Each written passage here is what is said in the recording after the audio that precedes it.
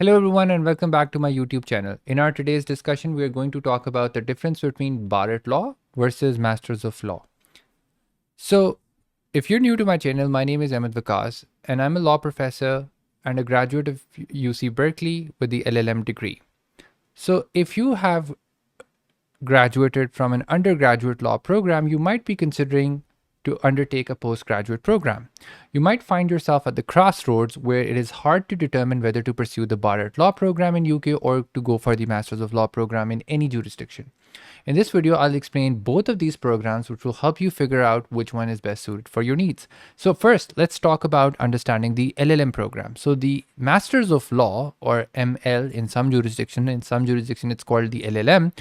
In Latin, it means Magister Legum or Legum Magister, is an advanced postgraduate degree pursued by those either holding an undergraduate academic law degree, a professional law degree, or an undergraduate degree in a related subject.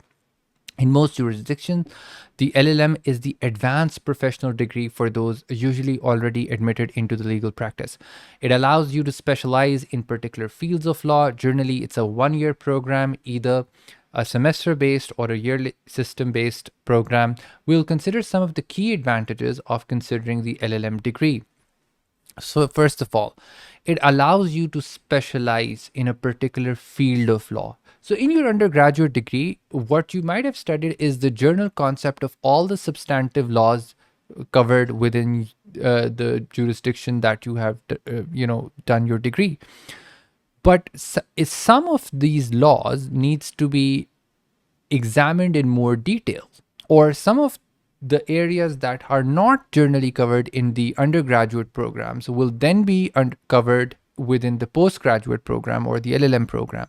Now we have different varieties of specializations within the laws, or perhaps we can call them the niches of the law. We have environmental law, international law, intellectual property law, energy law, banking law, tax law, corporate law, and most importantly these days, tech law or fintech law even. So these are some of the examples I just mentioned. There are much more. So if you intend to specialize in one of those particular areas, or you intend to develop your practice in one of these areas, then pursuing an LLM degree within one of these subjects can enhance your skills, can develop your understanding of that particular field and make you an expert. As it says, it is a focused expertise. This specialization can make you more attractive towards employers looking for expertise in a specific legal field. Secondly, the LLM gives you a career advancement. So we're talking about higher salaries. So if you're holding an LLM as compared to an undergraduate LLB degree, there's a chance that you get a higher salary prospect. Similarly, in terms of job opportunities, there are better job opportunities that are available for the LLM candidates as compared to the undergraduate students or fresh graduates, because it allows different routes or career options. For example, you can choose academic roles. Senior legal counsel or international organization also prefer to pick up lawyers who have an LLM degree. Similarly, there's the idea of skill enhancement. This rigorous academic environment of the LLM program helps you develop critical thinking, research skills, and writing skills, which are crucial for any lawyer. In terms of legal practice, it provides an opportunity to understand different legal systems and practices, especially if you studied in a different country from your own. So let's say if you specialize or do an LLM from US, whereas your undergraduate degree was from UK, it allows you to understand the the US legal system as well, along with the UK legal system, which you have already studied. Moving on, as far as the advantages are concerned, we're talking about a lot of international opportunities. So LLM is generally globally recognized. So an LLM from a reputable institution can enhance your qualification and make you more competitive in the global job market. A lot of international firms which have cross-border activities, especially with regards to M&A transactions, mergers and acquisitions transactions, prefer to have candidates who have an LLM degree. As far as the networking is concerned, studying abroad or in any international programs allows you to build a global network of professional contacts. This is very important for lawyers.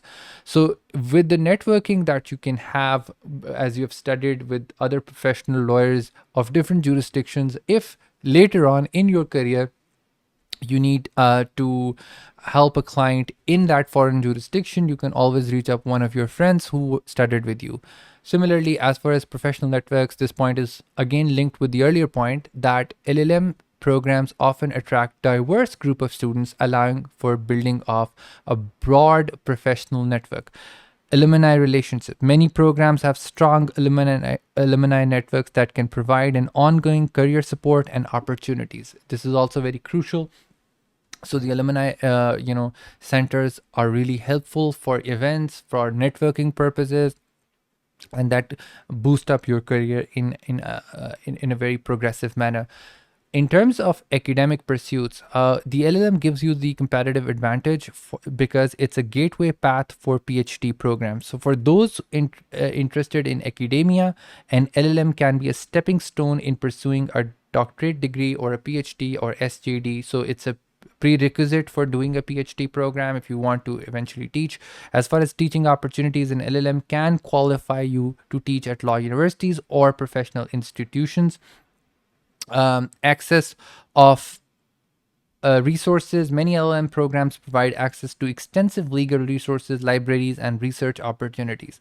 Similarly, if you're talking about publications, you may have opportunities to publish your research, contributing to your professional profile and the field of legal scholarship. So these are all the advantages of the LLM program. Now, moving on to the Bar at Law program. So what is the Bar at Law? So the term bar at law in UK refers to the qualification and status of becoming a barrister, a type of a lawyer who specializes in advocacy and representing clients in the court. So we need to understand the difference between barristers versus solicitors, because this term, a lot of students are often confused between barristers versus solicitors, especially when we're talking about UK's legal system. So in UK, the legal profession is divided into two main branches. The first one is barristers and solicitors. Barristers primarily represent clients in the court, while solicitors handle legal advice and preparation of cases, but usually do not represent clients in the higher courts. So the solicitor's job is basically to draft most of the cases that go through the trial stages. They draft wills, they draft contracts, and many more legal documents in that particular area. While the barristers, they are involved in advocacy. So they have to go to the courts, represent their clients, and argue those cases before the superior courts, especially we're talking about Court of Appeals and the Supreme Court.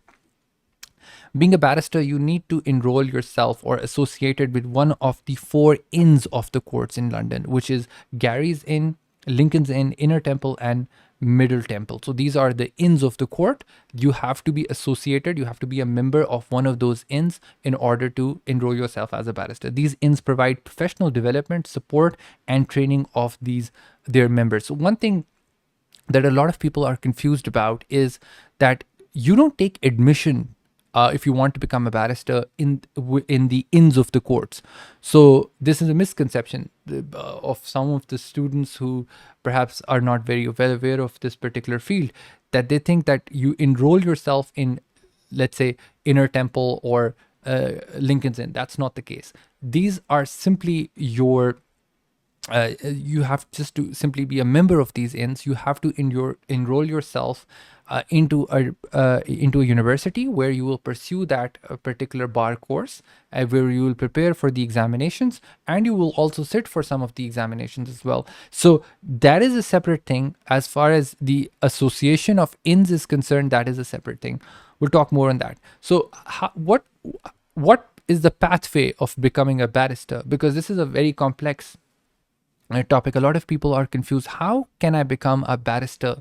So the first one is the academic stage. So the basic thing is to have to obtain a qualifying law degree from a recognized university. A non-law graduate must complete a conversion course known as the graduate diploma or the JDL. So So either you have to have a qualifying law degree, which is like a LLB program from UK, and that has to be from the recognized university that gives you the qualifying law degree. There are certain subjects that you need to undertake within the examinations that will give you the qualifying law degree.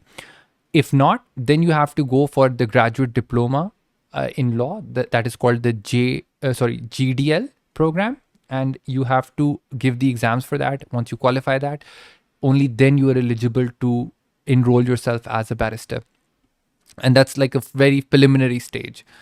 So the second stage is that once you have the basic credentials that will qualify you to start your bar at law program, then comes the vocational stage.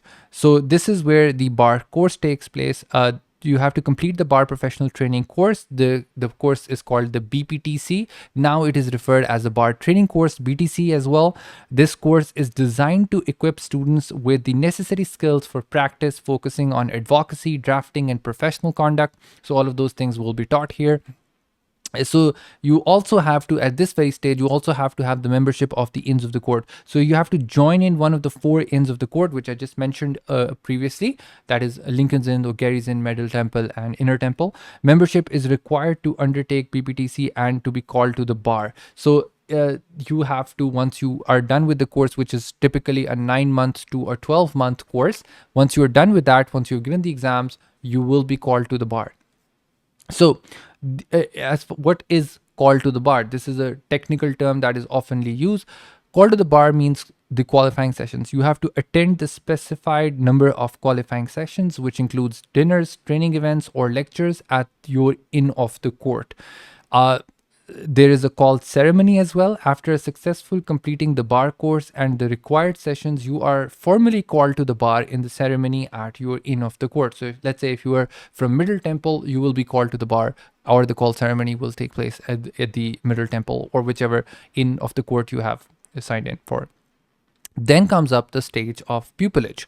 Now you are at this moment, as long as you've completed the course, some of the candidates, they return back to their home countries. That is, let's say if you're from Bangladesh or if you're from Pakistan, you can come back.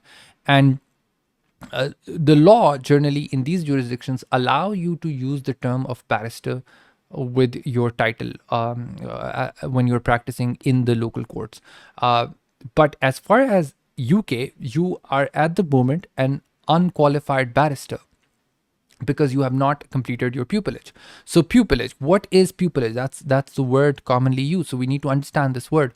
Pupillage is basically a sort of an on-job training. Complete 1 year of pupillage. It's more like an internship, you can call it, or you can call it a training program, which is a practical training period under the supervision of an experienced barrister, mostly a King's Counsel or a QC back in the time when there was Queen. Pupillage is divided into 2 6-month periods known as the sixes. So the first 6 months is where you're non-practicing, where you observe and learn from your superior, and the second 6 months is the practicing time, where you begin to take on to the cases under the supervision of your senior. So once you've completed these 2 stages, then only then you will be considered as a qualified barrister, after which you will be allowed to be associated with a chamber, and then you can have your own clients and you can represent your clients yourself. So let's now talk about some of the advantages of taking the bar at law program. So just like the LLM program, the bar at law program has its own advantages. The first one is the global prestige. The UK legal system and its qualifications, particularly the bar at law, are highly regarded internationally. This prestige can enhance your professional credibility. Similarly, if we talk about the legacy, I mean, there's a whole history about the inns of the courts in London: the Gary's Inn, the Lincoln's Inn, the Inner Temple, and the Middle Temple. The people from like the head of states or a lot of successful lawyers and barristers have come from these inns of the courts. So There's a long history and are renowned for their rigorous training and high standards. As far as practical skills, the Bar at Law or the Bar Professional Training Course, the BPTC, focuses heavily on practical skills such as advocacy, negotiation, and drafting, preparing students for real world practice. As far as mooting and debating, opportunities for mooting and debating enhance courtroom skills and build confidence among the candidates. Moving on to some other advantages, so there is a versatile career paths at the Bar at Law qualification can open doors to various career paths, including practicing as a barrister, legal consultancies of different organizations, academia positions in international organizations are also awarded to different barristers. Similarly, higher earning potentials. Qualified barristers often have a higher earning potential compared to the legal professionals. Cross jurisdictional work. The qualification is recognized in many common law jurisdictions, allowing for practice or easier qualification process in countries like Australia, Canada, Hong Kong, Pakistan, India, Bangladesh. So, to speak of many common law jurisdictions. So, in terms of personal development, living and studying in the international environment fosters independence, resilience, and cross cultural understanding. Of course, wherever you are in the metropolitan city of London, of course, there's a lot of learning opportunity. Also, note that you can undertake the Bar at Law program in some other universities, which are, of course, associated with the Inns of the Court. So, for example, you can do it from Nottingham or Manchester or other universities which do offer the program as well. As far as the courtroom skills, the Bar at Law qualification emphasizes on advocacy, ensuring you are well prepared for courtroom procedures and litigations, because the subjects that you will be studying will not be substantive per se that you have done in your undergraduate program. They would be procedural. So, for example, evidence law or civil procedures or criminal procedures, those kind of subjects that you will be focusing on in your Bar at Law program. As far as the client representation, it enhances your ability to represent and advise clients effectively and in various legal matters, of course, because your critical thinking and your analytical skills are built within this program. So that brings us to that very choice. So which one is more suitable for you? At the end, of course, it's your decision based on all the advantages that we have talked about. But here's the key takeaway. If you intend to practice in UK, then undertaking the Bar at Law program can be a good choice. Of course, because if you want to be a practicing lawyer in UK, you cannot have an LLM degree and then practice law at the bar, because that would not be allowed. Either you have to be a solicitor, where your work would focus more on drafting and research and client representations in non-contentious matters, but in terms of a litigation in superior courts, you have to be a barrister. Similarly, if you intend to practice law in a common law jurisdiction such as Pakistan, Bar at Law can enhance your skills for contentious litigation. The title of barrister is considered prestigious as well. So you might want to consider the title. If that is something as a matter of prestige for you, then doing the Bar at Law program can be really helpful.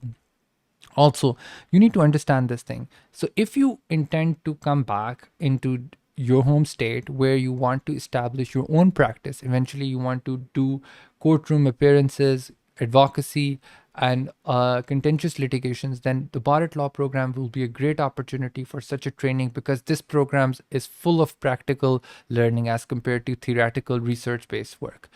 On the other hand, if you intend to diversify into a different career paths within the area of law, then such as, for example, if you want to be an in-house lawyer, academia, or judiciary, then undertaking the LLM has more advantages, because you would be able to specialize in a particular area of your interest, and furthermore, it will allow you to gain that extremely valuable knowledge of that very particular field. Similarly, if you intend to work in a specialized field of law, then LLM is always a better choice. So, for example, a lot of those lawyers who have established practice, they pursue an LLM degree as well, because they then realize that since our practice focus on that very particular area, so they intend to do that program as well, that will enhance their skills further within that field. So I hope after this video you have a better understanding which program is more suitable for you. If you have liked this video and you want to see such more content, please make sure to subscribe to this channel, and thank you very much guys for watching this.